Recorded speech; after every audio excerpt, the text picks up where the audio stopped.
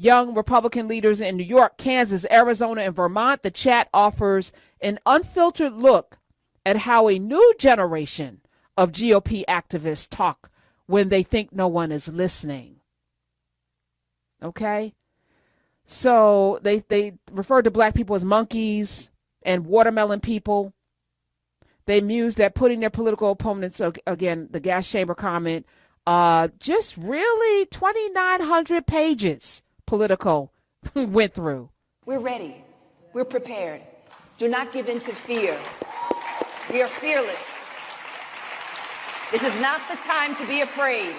This is a time to stand up and fight back and to resist any temptation for them to divide us. We're in this together. The rule of law is on our side. We will not give in, not give up. We will not capitulate. We will not bow. We will not bend. We will survive.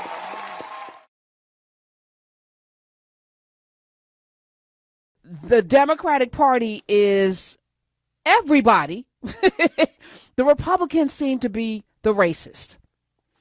So Politico did a whole expose. Apparently, there was a group called the Young Republicans that, similar to Pete Hegseth, I think, got on a group chat, and somehow the group chat got linked.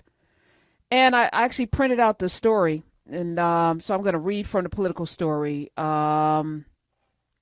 William Hendricks, the Kansas Young Republican vice chair, used the words NIGGA and NIGGUH, variations of the racial slur, more than a dozen times in this group chat. Bobby Walker, the vice chair of the New York State Young Republicans, referred to rape as epic.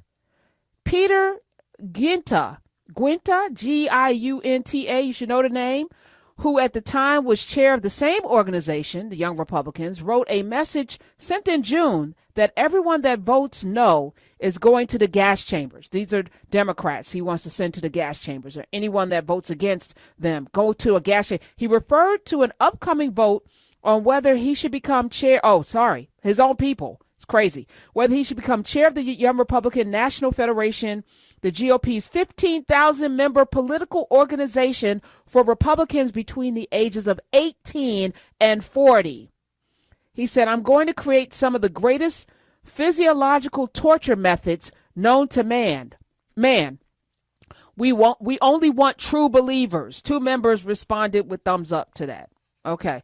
So this is a story that Politico, and there's all of the back and forth. Y'all can go to Politico, and you can see all of the horrific commentary that J.D. Vance is defending, by the way, saying it's not so bad. This boys will be, boys will be boys. Ha ha ha.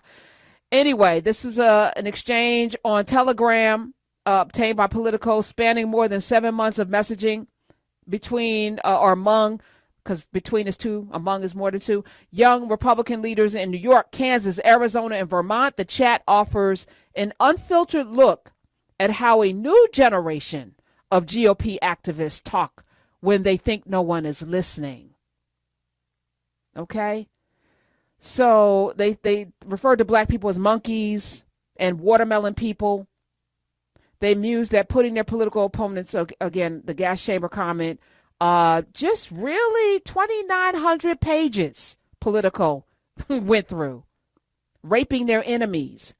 So Kathy Hochul, who's the governor of New York, was asked about it because, a lot of politicians on both sides are just kind of brushing it off. There's no outrage to me. This has not been covered enough, because to me, what it says is that this is not just the Republican Party right now. This is the future of the Republican Party, and they're getting more hateful, more dangerous, more violent, more racist, not less, more. This is the future. This is the past. This is the present. This is the Republican Party. This is not the same bird, 2 wings. This is a whole different thing. So that's why, for me, if I'm saying this, I can excoriate a Democratic person like Cory Booker, and if he's running against one of these motherfuckers, I'm voting for him because I'm not stupid. This person would see me in a gas chamber, or see me raped, or see me as a monkey or somebody that eats watermelon, which I do, by the way. I love watermelon, but they're saying it as a pejorative. And they don't want to have a world where you're in it. So there's a difference between voting for somebody that might be compromised, that might, I know, as the brother called up, he cried, but he cast a vote because that's the responsibility. You don't have to like these people. You can hold your nose. But at the end of the day, what I know for sure, Trump and his minions, they don't want to see you exist. So to me, it's a very clear and easy vote. But let's hear what Kathy Hochul, governor of New York, reported on a group chat of a bunch of young Republicans. I'm wondering your thoughts on that, and does this reflect, is it just some bad apples in this chat, or do you think that there's a toxicity around the entire party? Some bad apples. These are the future of the Republican Party. This was so vile.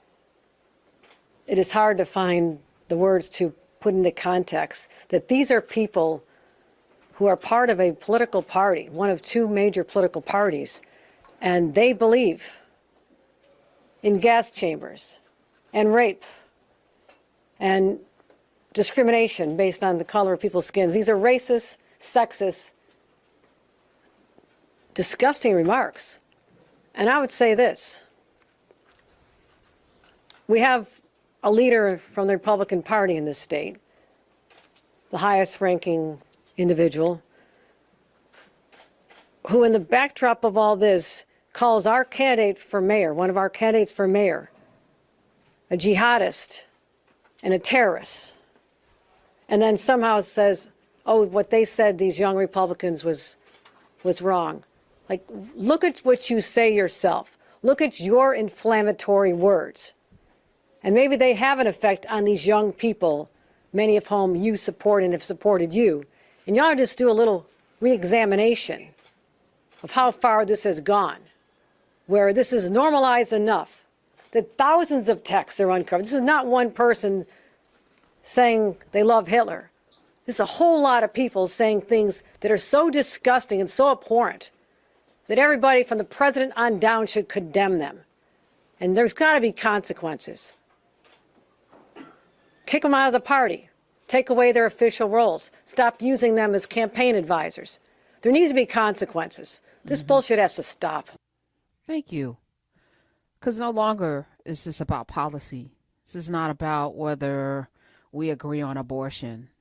There's something so much more nefarious going on. And I forgot to mention yet, I love Hitler comments and the agreements, the thumbs up and the yays that went along with it.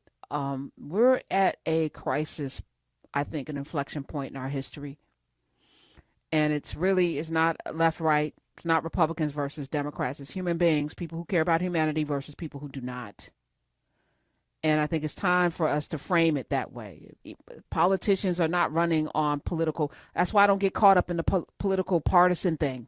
You're not going to ever hear me talk about as a Democrat or anything, because we're not talking about Democrats and Republicans at this point. People who love people and people who hate people. This is where we are right now. And we have to be very clear about it. And the line has to be drawn. Do you care about humanity? Do you care about the life of people, or you don't? And if you don't, then we can never be eye to eye. I can't be in alignment. There's no, to me, compromise of my spirit to allow for us to be friends. And all of the people playing games right now, because there's money to be made in these spaces, because you don't really believe the stuff that you're saying, but you know it's lucrative. We're going to remember. The North will remember, okay? I'm going to remember. We're ready. We're prepared. Do not give in to fear. We are fearless.